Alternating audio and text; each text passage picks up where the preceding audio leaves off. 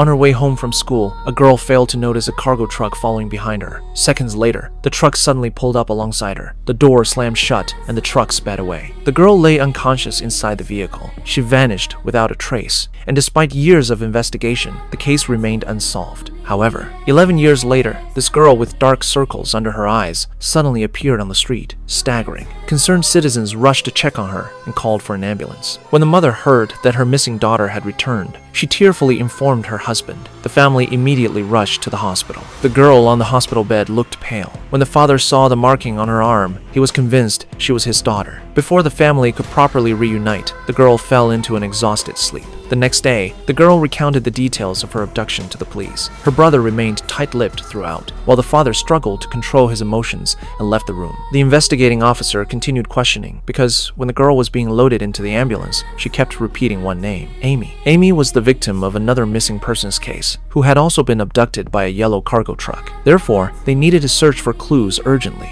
as Amy might still have a chance of survival. At that moment, the girl appeared distressed and couldn't provide more information immediately. Eventually, the girl returned home. Looking at childhood photos of herself and her brother, she remained motionless. Her mother comforted her daughter and urged her to rest. Shortly after the parents left, the girl's fingers fidgeted restlessly and a strange smile appeared on her face. Soon, this case caught the attention of a detective who was handling another abduction case. After learning that the girl and Amy had been held captive together, he specifically came to the girl's home to inquire about the details. When recounting her escape, the girl mentioned she had considered taking Amy with her, but the torture Amy had endured had completely destroyed her ability to walk.